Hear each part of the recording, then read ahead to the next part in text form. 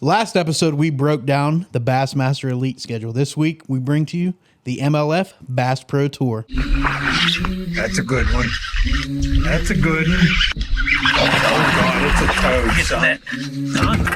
It's a toad, dude. Let's go. I wake up to a little bit of drool on my pillow, feel like it's gonna be a bad day. What's going on, listeners? Episode 5. Episode 5. Already here. Man. Yeah. Talking about the MLF and the Bass Pro Tour specifically in Major League Fishing. Going to work through their schedule like we did with the Elites, but as always, I'm Pete. I have Ben, Trey to my left, and we're ready to talk through this, but I think Trey's got something to share. Yeah, before we jump into it, Pete, thanks for throwing the intro out here. We want to talk about One Cast Fishing, who is our main sponsor for the show. We appreciate the support. Ben, thank you very much. But we want you to head on over to onecastfishing.com and use the code THE1CAST to save 10% at checkout. One of the things that's been flying off the shelf are these long neck hooks, the 4-aughts and the 5-aughts. These things are amazing. If you guys are trying to increase your hookup, especially when you're dragging a big worm around on a Carolina rig, you can use these hooks for so many different things. But these things are pretty amazing. Head on over to onecastfishing.com, use the code THE1CAST, save 10% on your checkout. All right, that's all I got. Appreciate it, Yeah, Trey. man. Absolutely. So today we're talking about the Bass Pro Tour BPT, which is now switched to 5 fish. 5 fish. So I was actually listening to a conversation with the CEO now, Boyd Duckett, and he said they're still going to weigh every fish. It's just will auto cull.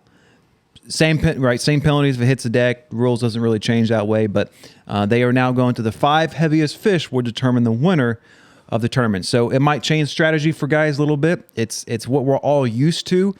We talk about a 5-bag limit. We go out, we catch 20 pounds, 25 pounds. Everyone knows what we're talking about. So the BPT will be going that to this year. So it'll be a slight change than what they've done the last, actually since they started the Cup events like 10 years ago. So I'm excited for it. I think most guys are excited for it. I think the anglers voted, or there was a lot of preference for that. So should be a good year for the BPT and stage 1. So their first event down in Florida, as we would expect, for a February tournament, and that's at the Kissimmee Chain. What do you guys think about it? Well, they fished it in 2019. Jordan Lee won that, and breaking these ones down are tough because he won it. And so championship day weight, so the last day, with 26 fish for 55 pounds and 1 ounce. Again, talking about, I don't know how to, you're right. I don't know how to compare that. It's like a little over 2 pound average, right? Yeah. Mm-hmm.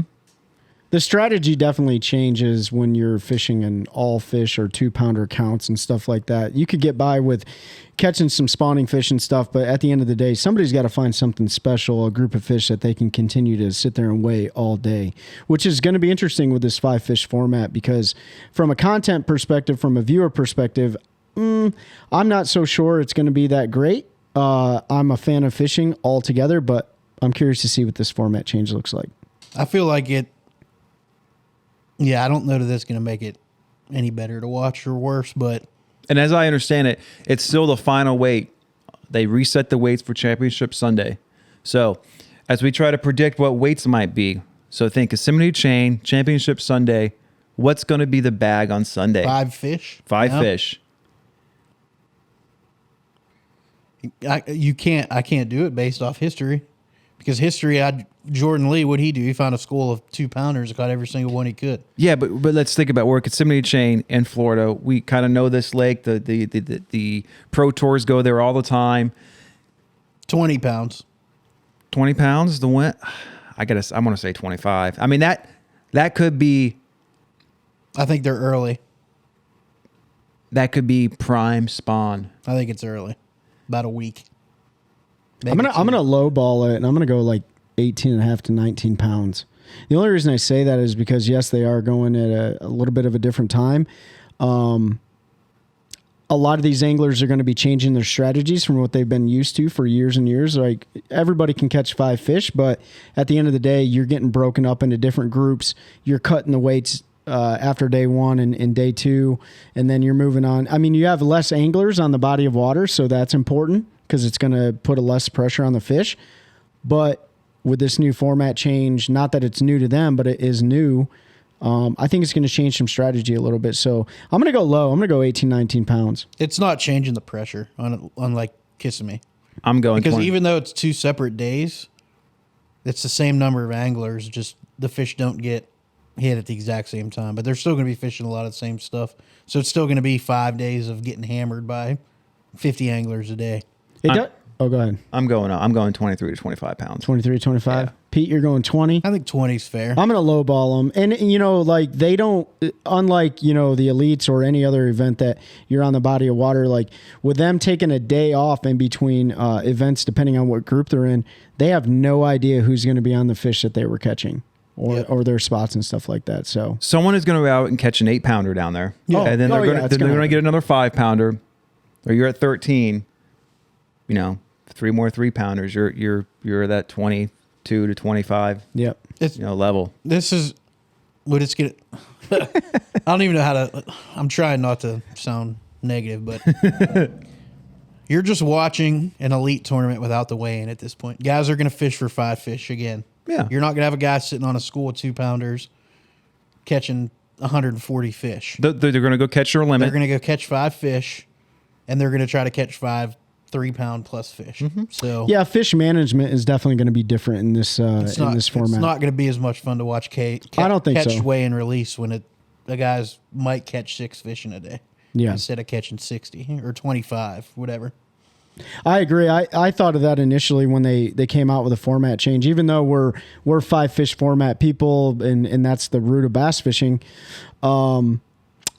If the angler catches his first 5 fish that he wants to weigh in for the day within the first hour or two, and then he decides to do fish management the rest of the day and not catch anything, he's going to Timmy Horton it. He's That's going to gonna go back be, to the dock and order a Papa John's pizza. I mean, Take a yeah, nap. I mean, from a viewer perspective, does that become boring? Yeah, They're going to be 100%. switching boats, right? Camera crews are going to be switching boats if they don't have cameras on all the boats and stuff like that. So I'm curious to see. I'm going to give it a shot because I think everything deserves the benefit of the doubt. Imagine watching an elite tournament, knowing the exact weight that everybody has, and there be no weigh-in at the end of it.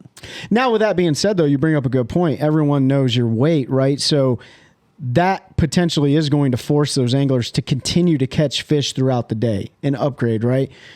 Our last hour of the day, somebody jumps up with a 5-6 pound lead. Somebody's like, "Oh man, Yeah, but I know where that fish is The on the difference bed." is I need a 7-pounder now. Sure, Whereas before I sure. just needed to catch 5 2-pounders or 3 2-pounders. That's right. So I don't think it's going to be fun to watch personally. It will be interesting if everyone knows their weight when you start talking about cut lines, and you got guys who are well above the cut line, and they maybe 4 or 5, 6 pounds above the cut line, and they're probably pretty safe. How that actually changes them. Yeah. I'm telling you go what I'm fishing. doing. If it's me and let's say I'm 6 pounds above the cut line, and I know where there's a 5 or 6 pound fish sitting on a bed, I'm just running block the rest of the day. Yeah, just going to stand right in front of it. I'm just gonna power pull down and eat a sandwich, and I'm gonna block anybody from being able to get in there. I've done it. I've done it in local tournaments where Yeah. I'll find a fish pre-fishing that I want to catch in a tournament. I know I can't see that fish because of the sun and everything till 11:30. I'll just go sit there next to it where I'm not going to spook that fish and just block. Yeah. So I know that 5, 6, 7, 8, whatever it is going to be there, unless somebody came and caught it at night. But Yeah. I think you're going to see guys block. So defense Yeah, is I think going you're to. going to see that. Yeah. Well, that's an interesting dynamic. We might see some defense and some different strategy because you do know everyone's weight and you know exactly where you're sitting at, and you know how the body of water's fishing and who's behind you and what they're doing. Is that you can calculate, your course of action that's going to be the most beneficial. Yeah. Kissimmee will be an interesting one. But then we're going to Norman. Yeah, I hope it's not boring, but yeah, we're going to take this from Florida to North Carolina. Red Crest, Lake Norman, March 8th through 12th. Spotted Bass Lake, but there are some big largemouth in there. It's going to be miserable. Yeah, it's going to be too cold. early. It's going to be cold, but there are some hot holes on that lake, if I'm not mistaken. Correct? One. There's a warm water discharge. There's yeah, one. one on that lake. One so, creek. yeah, that's a very overwhelming lake for those of you who are watching or listening. If you've never fished Lake Norman before. I think it's, 50,000 acres. It's massive. It's a massive lake, and if you don't have a good map card and you just don't know it, there's a lot of shoals on that lake. If you want to take a kid fishing, take them to Lake Norman. They will catch spotted bass. I promise you right now. The trick of that lake is finding out where the big largemouth live, because those are going to win the tournament, I believe. I agree. That will be the key. It's going to be a couple of those largemouth kickers is going to push somebody over the top. Because, again, tough. you can't just sit on a spotted bass school. Nope. And It's going to be tough to find those big largemouth at the beginning of March. Yep.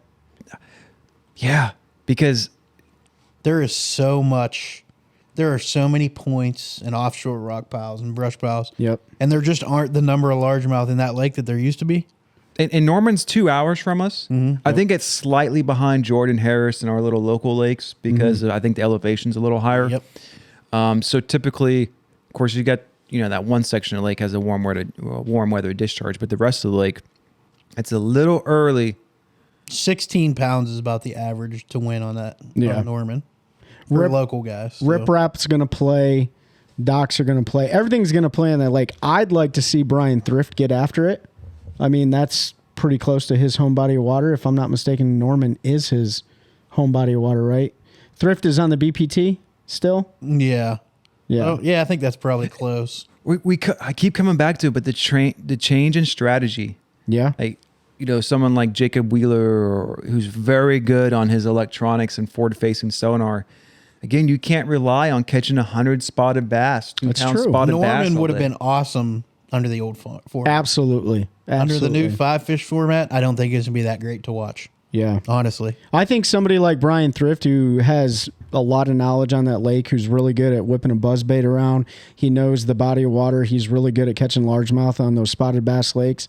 I think somebody like him is going to show out. I'd like to see him hoist one of those trophies above his head. It's early. I could see somebody winning by going up the river section, catching 7 bass in a day, Yep. but there are largemouth or 5 largemouth, 2 spots or whatever's up there. Yeah. They just happen to, right, and they grind it out and they'll come in very respectable and actually win the tournament. You can go up the river and catch a pretty good bag of largemouth. I know guys that's all they do when they fish. Yeah. And you live and die by it, but Someone who's going to win is going to win doing that. you're probably right. The winner's probably going to come out of running the river. Yep. I'm going to say a rock crawler is going to be a big factor. They love throwing. You're going to rock lose crawlers a up bunch of them if you go up the Oh, river and start absolutely. throwing them bad boys. Jig. It's going to be a jig. Snagless jigs. Yep. All you BPT guys, this is the time for it. Yeah. So after Red Crest, we move over to their actual second event of the year, Stage 2, because Red Crest is equivalent of their classic. It's their championship. You had to qualify the previous year. So Stage 2, they're going to the Cherokee Douglas, March 18th through 23rd. Now, I know the Elite Series went there last year or the year before. MLF's been there before, too. I forgot to write down. And this is... It's early. It is early. It seems like they always go here pretty early, no matter the series. Going to be a cold water event. It is close to Knoxville.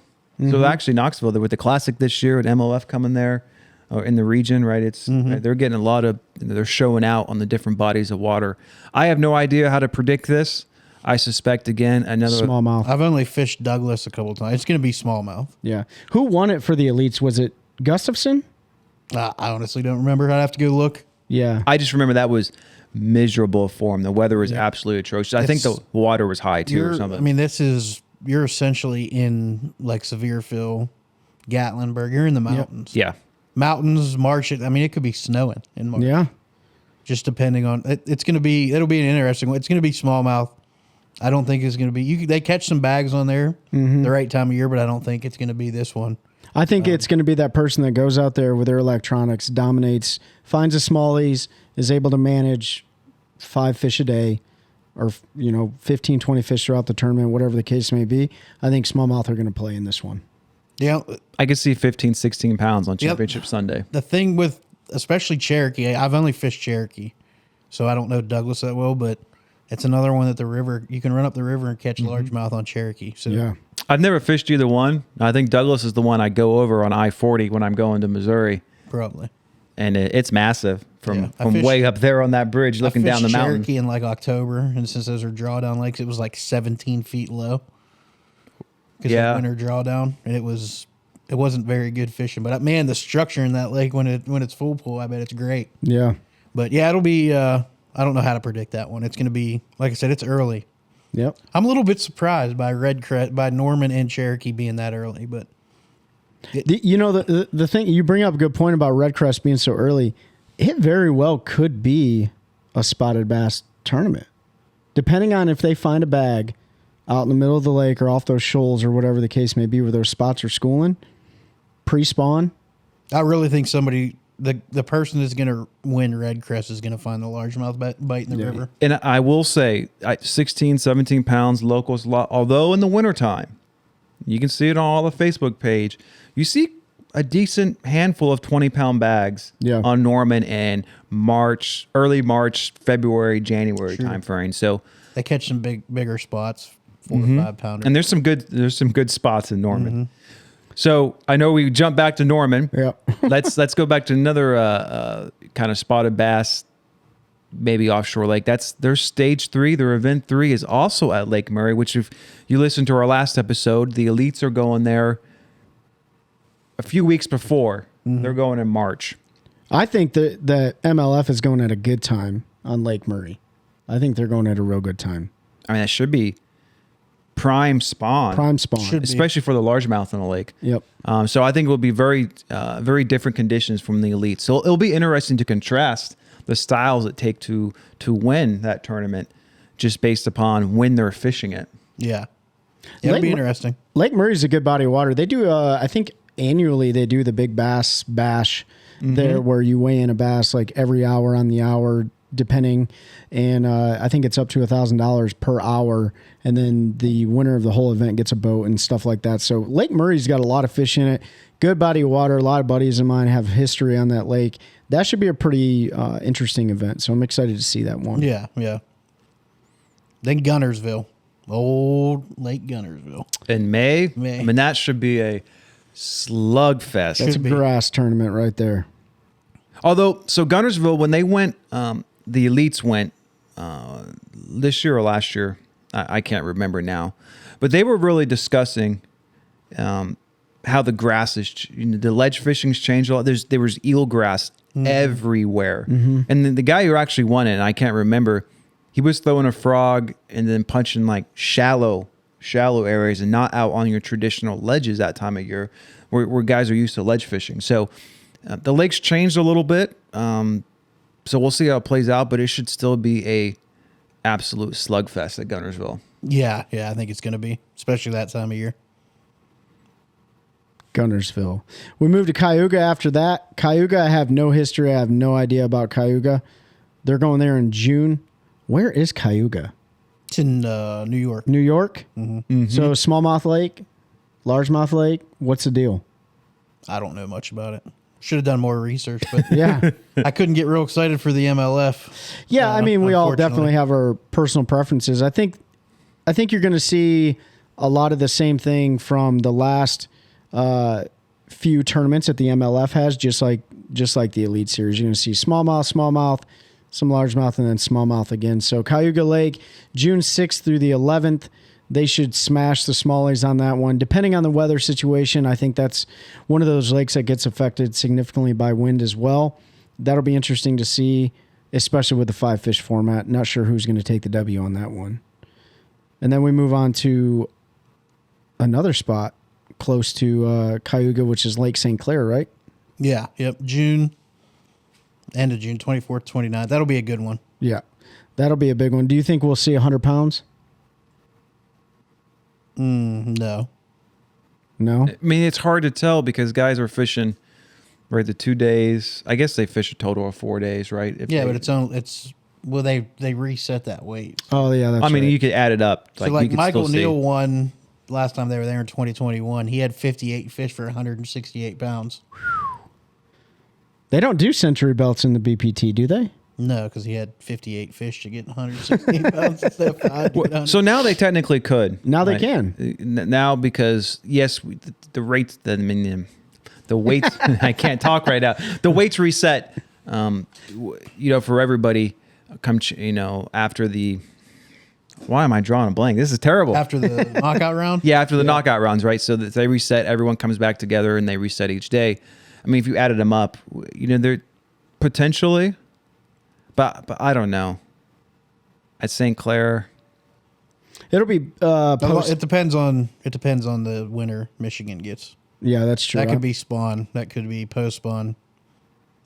It all depends on the winner they get.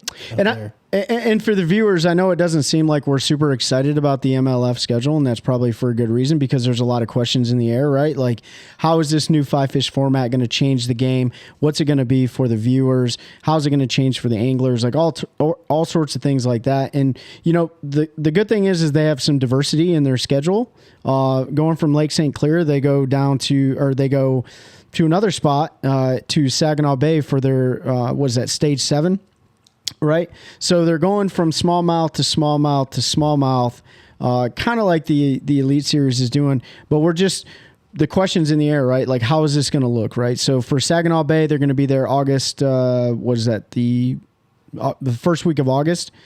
That's most likely going to be a smallmouth deal as well. Yeah, I would think so. Now we're just wondering how is this going to change everything, and we'll probably have a lot more feedback after we watch these, if you watch these, Pete. It's not that I'm not going to watch them. I don't.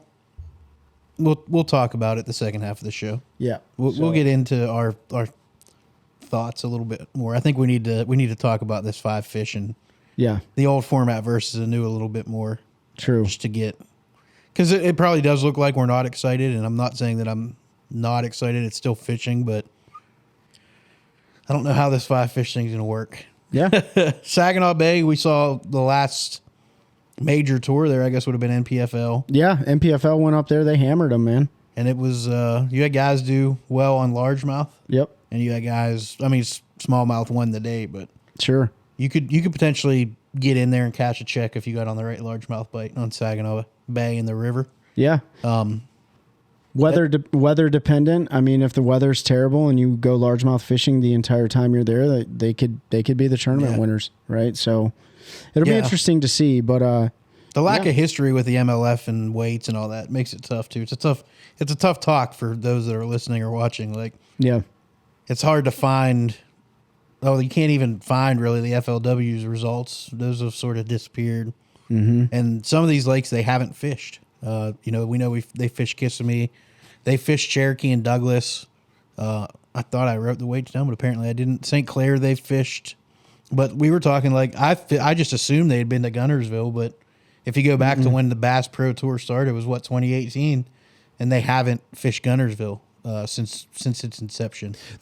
What I wish MLF would do in BPT, and they've done it a few times. I would like to see them go to smaller lakes, more varied locations, because yes, they have an 80 angler field, but max 40 are fishing at a time. You can fish in pretty small waters, and we saw, even last year, right? They went to Caney Creek, and they're going back there for the heavy hitters, right? Heavy hitters. But that was an actual stage event, and we've seen that before. Some smaller bodies of water, or maybe they do right one lake for one section of the tournament knockout round, and they switch right for as they go. When we look at the schedule, right, Kissimmee, all the big events go there. There's open events, right? There's the Invitational or Toyota Series, right? Everyone goes there. Same with Norman, right? Cherokee and Douglas, less so, but there's been some, events there, pro level events recently. Right. Murray, it's been a while, but we're coming back. Guntersville is always tournament. Cayuga Lake. Cayuga? Hey, you New Yorkers, correct me down there. I think it's Cayuga. Cayuga. All right. You make fun of me all you want. I can't pronounce names sometimes. Haven't seen that a lot. Everyone goes to St. Clair a lot. Saginaw Bay, I know the NPFL. So it seems like, and we're gonna break this down at some point. We're gonna go through like the last 10 to 15 years and put out all the locations, because we know the pro level tours, regardless, they always go to the same lakes. In MLF, because it is smaller and it fishes way smaller, that they have the opportunity, they could go to some more unique locations and show off some bodies of water. So you we're sitting up here and maybe we don't sound as enthused with it. That's part of the reason for me. It's still going to be a great year. These are pro anglers. They're some of the best in the world. They're going to show out. Yep. I mean, some of these guys are going to catch 100 fish, but their best fives are going to be like 25 pounds. It's going to happen. Some guys are just going to absolutely crush, and it's going to be exciting to see. It's just, sometimes I wish to see some different locations. For those of you guys who are watching and listening, cast your questions, drop your comments below. Let us know what you think about the MLF and the BPT's tour events for this year. We're interested to see, and we'll see you here after we take a quick break. All right, folks, we're back from the break. We just broke down the MLF tournament schedule for 2023. I promise we're more excited right now. So let's jump into introducing real quick. I want to introduce the rookies to the series, right? So we got Matt Becker out of Pennsylvania, Josh Butler out of Alabama, Mitch Crane out of Mississippi, John Hunter out of Kentucky, Jacob Wall out of Alabama, and Nick LeBrun out of Louisiana. So those are the new guys that are going to be running the BPT. I think with the format change, these guys will be kind of right on par, or if not ahead of the curve, because they've been fishing that through the stepping stones of getting into the BPT. I don't know what your guys' thoughts are, but Nick LeBrun, Matt Becker, and John Hunter, I know those three from watching some of their content. They're hammers. They're really good, and I think that this 5-fish format, it's going to be no change for them. We'll see. Honestly, I don't think the change is going to affect people that much. No. I mean, it's what these guys are some of the best in the world. They've been doing it their entire life, except for the last 3 years. Yeah. And even if they were fishing the cup events, where they were still fishing another tour where the focus was 5 fish. Mm-hmm. So most of these guys, it's not like they grew up, right? And their entire strategy was dependent upon the every fish counts format. I mean, it's not, I don't think it's going to be that big a change. If anything, maybe just an event or two, right? Then they get back in the swing of things. Yeah. I mean, these guys often drop down and fish local events and they're in the off time or other smaller tournaments. So I don't think it's going to be a big effect. You have anything on that, Pete? I think it's actually going to help more people than it's going to hurt. You got guys like Dave LeFevre and some other folks that have struggled with the whole catch as many as you can. Look at Dave on when he did heavy hitters. He was on Sharon Harris. He caught some big fish, but he wasn't targeting some of those smaller bed fish that the guys that won were.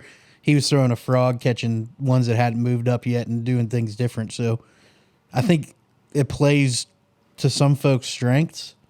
But like Ben said, I mean, these guys have been doing it forever. Jacob Wheeler's winning a tournament every weekend in the offseason, catching 5 fish. My whole thing with it is the viewership is where it's going to suffer. It's not going to be as fun to watch because you're going to know who won before it's over. You're going to know, with Bass Track, we talked about this. I don't remember if it was on the podcast or not, but they know people sandbag. Some people overestimate, but you don't actually know. Do you think we're going to know who wins before it's over with them resetting the weights and with them on the last day? Yeah, you're going to know who's winning the entire time. There's no anticipation. There's no excitement. It's like, yep, he went out and caught 5 fish for 20 pounds and won. I think no weigh-in. They handed him a trophy and shot some confetti off in the parking lot. Well, what do you think about spawning events, though? I think that'll be a little bit different for spawning events versus like a ledge fishing event, right? No. You don't think so? Like, I fish spawning events. I'm catching the 5 biggest fish that I find on a bed, and I'm skipping every one that's not. If it's under 3 pounds, I'm not even going to try to catch it. But since they know the weights of their peers, if they're sandbagging and they're not catching the big fish, to wait for that last hour nobody's going to risk doing that because it might take 2 hours to catch a 9-pound fish off a bed. You're not going to wait for the last minute to try to catch that fish. I think that's what will make, if anything, the viewership exciting is, the weights, but just like it was with all the fish counts, like it could be up until that last 30 seconds that you see a big fish caught and it just changes everything. What I'm saying? I mean, it was the same before, but I got to watch people catch 100 fish instead of catch 5. They're still going to catch the fish. Yeah. I mean, they catch them on the elites all the time, small fish. They just don't have them on TV all the time. Yeah. So there's a viewership, as I think about it, if you're a fan and you're in the local region, yeah, you can't go to a weigh-in and experience that type of the you don't know until they put them on the scale. But to be honest, as someone who watches it, streamed, I don't have to sit around and wait for a 3-hour weigh-in to know who actually won. Like, it's done at 3:00. Tournament's done. I know right away. I can shut my phone off, and then I can go do whatever I got to do. That's true. And so, like, you see the immediate results. So, I don't know how it's going to play with the audience and viewership. There's something, for most events. I mean, maybe it would be different for Red Crest or something. They're a big event, right? When you have a lot of people coming into an expo and you want that suspense. But for most events, the majority of people were just watching online, and they know right away. So I don't know if it's going to be as big a deal as maybe people make it out to be. It's interesting. I do want to get back. You mentioned heavy hitters. We did not talk about the heavy hitters for this year. So the heavy hitters event is something the BPT puts on, and it's actually my favorite event of theirs. From the previous season, right? They basically take the biggest fish for each tournament and they rack and stack them, and the top people caught basically the top 40 biggest fish are going to be in the heavy hitters event. And this year it's at Caney Creek and Bussy Break, which is Louisiana, which was their stage 1 event last year. The weather was terrible last year. The winner had 5 fish for 26 pounds. P, you remember who that was? Bradley. Yeah, Bradley Roy. Yeah. Roy, yeah. So 5 for 26. I mean, it puts out. There were some big fish caught, but it was tough for a lot of guys. A lot of guys only caught 1 fish. But they went in February. They're going in April this year, so it should be a really great event. I'm looking forward to it. Randy Howe caught a 10-pounder last year down there during that tournament. They had another lake thrown in there, for the Arbonne. Yes, yeah. After the knockout round, Darbone. I think Darbone's closer. I don't know. I think it's the. I don't know. That's the way. Hey, you Cajuns, Louisianans down there, Darbone. Can some coon ass please comment and let us know how you say it? What was that? You don't know what a coon ass is? What's that? That's a Cajun. That's what they call them. Is it? Hell yeah. Oh, that's new to me. You didn't know that? No. Hey, whatever that means. That's sad. I like it. I apologize for my friends here. My mind went another direction, which was not good. No, for all our Louisiana listeners, I apologize that these two didn't know. So But yeah, I think that's neat though. Like, I've never even heard of those places. That's the first time I heard of Lake Darbone. I've heard of Caney Creek and Bussy Break. I've never heard of those before. And I think you talked about it earlier, Ben, like the BPT has an opportunity to go to so many different places that the elites and the MPFL and other major tournament circuits, they just can't go, right? Just due to the field size. And that is a pro, I guess, for their format with not having a live fish weigh-in, is that they can experience different bodies of water. And I think that's something that's interesting. And to me, that catches my attention, right? you want to get me excited about this. Like, I'm not excited. It's fishing, but if you want me to tune in and like watch every minute of it, don't go to Lake Guntersville. Don't go to the Kissimmee Chain. Don't go to St. Clair. Go to some smaller body of water. Jordan and Falls and I don't want is a great example of that. There's smaller bodies of water, that big fish. It showed off what we fish locally. It showed off twice when they did heavy hitters. Yeah, I mean, one year the lakes were flooded and it was ridiculous. The next year, 2 or 3 years later, it was 2 years later, right? So they had an off year. It wasn't quite as good. They came at a little different time, and actually, what I predict happened is that day one, because basically when they set up for Jordan. Falls, Jordan, and Harris, they fished Falls one day. Yep. And then the second group would fish Falls. And then for the second, if you're Group A, so 2 days later, you're not fishing Jordan, Group B. Well, the second time they changed that. That was the first time. This last time they were here, Group A only fished Jordan and Group B only fished Falls, and then they did the championship on Harris. So you didn't have to swap lakes. And they did that, I think, because of what your point you were getting at was the way the lakes were changing. The way the lakes were changing that time of year is that those fish were moving up to spawn, and the water in Falls and Jordan is pretty muddy. Yeah. Right? You can't really sight fish very well in these bodies of water. So when those fish got on beds, basically they're blind casting the beds. And then, again, this is what I predict would happen. So you saw the weights go down throughout the event. Now, when they got over to Sharon Harris, who had a little bit cleaner water and a much smaller field, it really showed out. But I think the entire point is Falls is what, 15, 16,000 acres. Jordan's like 14. Harris is like 5,700 acres. If that, I think it's in the 4,000s. Maybe it's a 4,700. small It's body of small. water. And they show out. They've got a lot of big fish. And there's lakes like that around the entire country. Yep. There's lakes like that. There's river systems that are only accessible, from smaller ramps and things. There's opportunity, and that I would rather watch them do that. Yeah. Fish a different body of water because I haven't seen it a million. I've watched 700,000 fish get caught on Lake Guntersville since I started watching fishing on TV in 1990. Or Same with whatever. Kissimmee You know what I mean? Yeah. or Toho. We've seen those lakes. I've never even been on Guntersville, but I can run somewhere and catch a fish because I've seen 3,000 get caught on TV. Yeah, I know what I exactly mean? which bridge I need to go rip a jerkbait through. Yeah, I mean, to it's catch, not. And I think that's part of where it's not exciting for me to watch a guy try to catch 5 fish on Guntersville with no weigh-in. Sure. I'd rather not know and watch the 3-hour weigh-in because I've seen him catch so many fish on Guntersville. Yeah. So it takes that. But watching a guy on a body of water that he's maybe practiced on 2 days, that's another thing I'd like to see is give him. And they do have official practice, don't they? They do. Mm-hmm. Yep.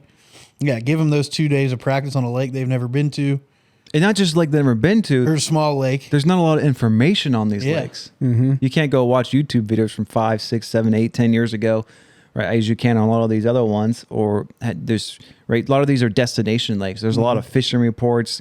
Local guides out there are publishing YouTube or blog posts telling what the fish are doing. All public information, so these guys can use all of it.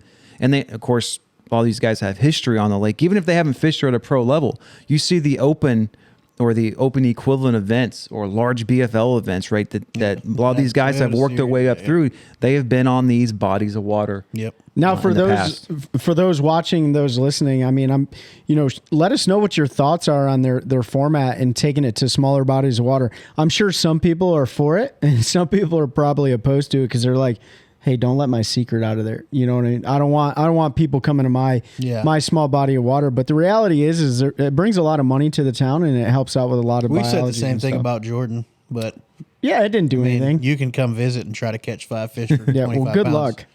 I promise you it's not going to happen. No, but it does make it interesting. What's frustrating about that and having them guys come here is you realize just how bad you really are at fishing. Yes. Because I fish that lake, I mean, almost 6 days a week I spent on Jordan, and these guys come in here in 3 days and they're just catching hammers. Which goes back to my point, like the going back to the 5 fish is not going to affect these guys that much. No, these guys not at are all. so good at what they do that they're going to find a way. It's the same debate when you start talking about live. People take live scope and all these electronics away. They're going to smack you around your home lake like you've never been smacked around. Mm-hmm. Look at I don't remember which Shyrock brother fishes the MLF. I get the two confused. I think but it's on Jordan- Fletcher. Yeah. Fletcher fishes BPT Okay, so Hunter fishes. elites. Yeah. So Think but about anyway, him on Jordan. I mean, he caught 2 over 8s blind flipping bushes that those big females just moved up to spawn. Like my biggest out of Jordan is still just under 8, and I've put hundreds, if not over 2,000 hours on that lake in the 5 years I've been down here. I will say when they went to Jordan, No Jordan control. was like perfect, right? Like it was a perfect. It was I think it was low. like 2. The No, water- I thought it was. I thought No. it was. Was it low? It was a normal pool the second time. 216 is the Yeah. normal pool. So on they Jordan. were pushing mud to get to some of the spots they did. Like if you go back and watch some of the video, they're trimmed up barely a prop, and they're putting more mud than water out with their motor to get back into where those fish are spawning, and that's part of the problem with Jordan. It falls. The first year was when it was like super 6 high. foot high. no, it was more than that. Yeah, I mean it was high. I've never been on falls when it's that high. Not Falls, but Jordan, it was Jordan. that high. They were fishing it, and they put an absolute clinic on. And I was fishing. I didn't even know they were here. It was like right when I first got down here and brought my boat down. And I was out there fishing. I had no idea they were there. And I'm like, I caught like one little 2-pound largemouth, and I thought I was king of the world. And then my dad's like, "Do you know that MLF is there?" And I was like, "No." And I go and look, and Dude's got like 20 for 70 pounds, and I'm like, where are them fish at? Dude, so when they were here last and they fished your championship round on Sharon Harris, I was on leave at the time getting ready for a deployment, and I caught a lot of flack for that, like being out on the lake when 10 of them were on the body of water, and I ended up catching.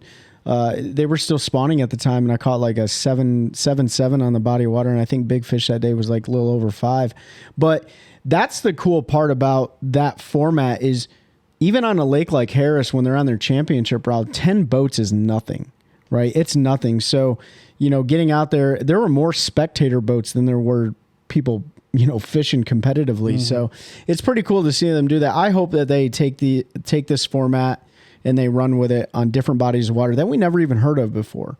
So that was when Major League Fishing first came around. That was what was the appeal was they took those guys. Yep. They picked them up at a hotel and said, "Here's the map to the lake," and they went and fished it, and then, did the catch, weigh, release thing and all that. But they had no idea where they were fishing. Yep. It was usually a small body of water. Some of them guys never even heard of. Yeah. And I think that's the opportunity to showcase those. And I don't know. I have trouble getting excited. I don't think this whole new format's going to be exciting. That's my take. It might be a bad take. But for me personally, I'm going to watch it because I like watching people catch fish. But I'm going to watch it because these guys are the best in the world at what they do. I also got mad at MLF when they were here for heavy hitters because they fished Jordan Friday, Sunday. And there was Jordan has a tournament every Saturday. And I was fishing one Saturday and watching Friday. They were doing like the interviews in the parking lot. And I'm not going to say who, but one of the MLF pros was like, "Oh, for all you locals that are watching this, just stay off the water tomorrow because we need these fish. We do this for a living. And we have it 365. You have it 365 days a year. We're only here for a week." I think that's a bad take.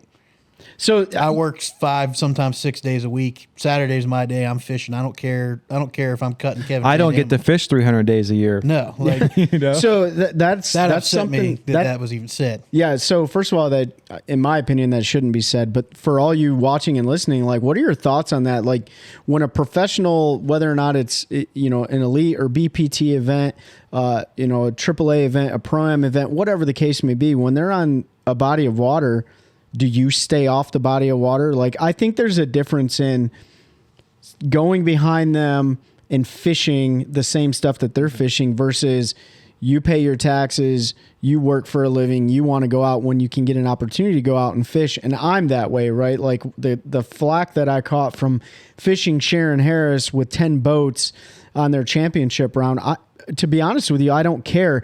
The professional anglers have to build that into their calculus, right? Like, when they're fishing these events, they know the weekend warriors out there, the working man and woman's out there fishing. At the end of the day, there's an unwritten etiquette about it. Don't go behind them and fish their stuff or go pick off their sight fish. But at the end of the day, it's just fishing, right? Me personally, I want to stay off the water because I don't want to be around all the boats and all the pressure. Yep. So.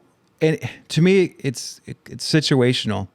If you've got 40 guys fishing something like Lake Norman, which is massive, or the Kissimmee chain, right? You can get on the body of water and never see them. Never even be around them. And if a guy pulls up there and they're fishing a tournament, my thought process, I'm going to leave. I'm giving this guy.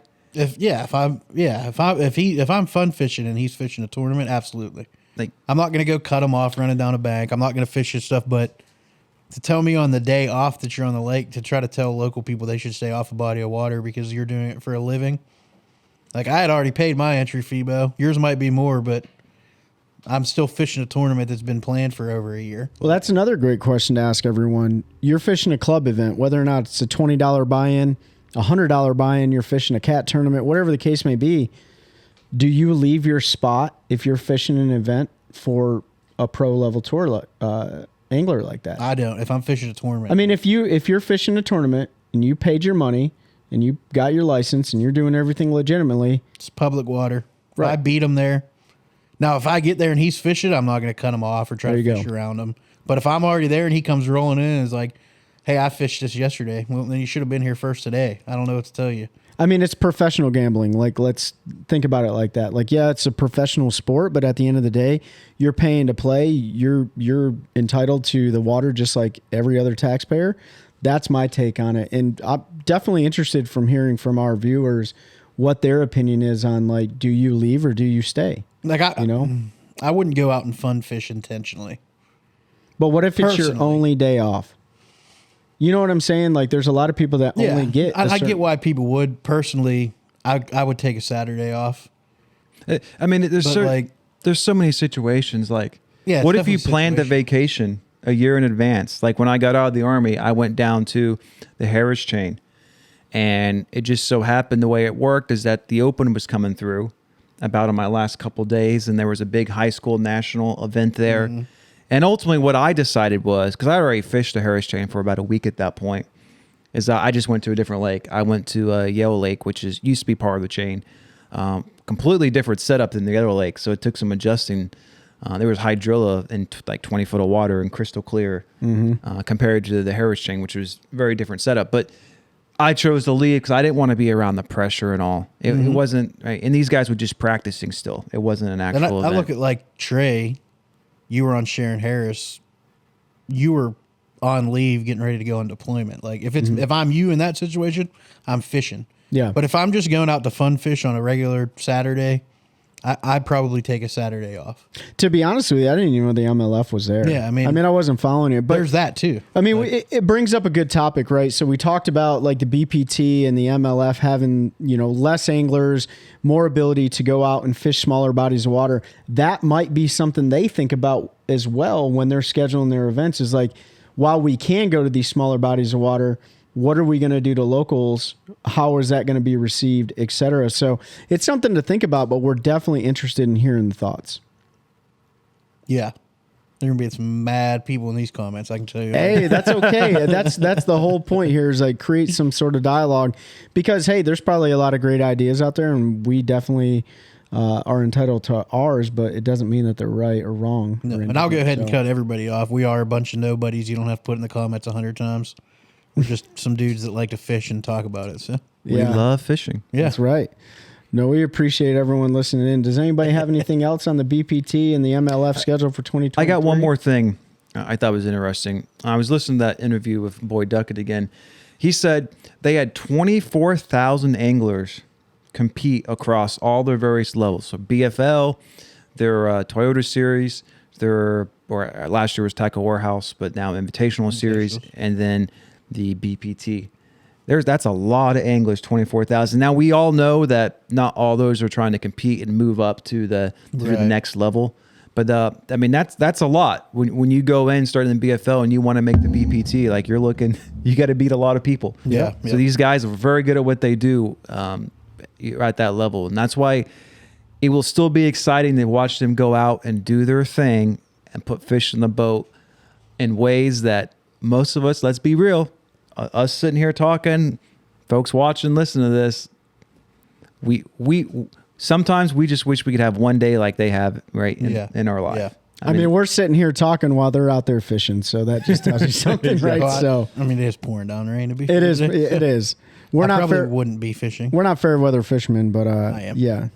I'm not going out there in the rain unless I have to. I'll be straight with you. We hope you guys like the topics, breaking down the MLF. In the previous segment, we talked about the elites and stuff. So, throw some questions at us, drop comments in the comments section, like and subscribe.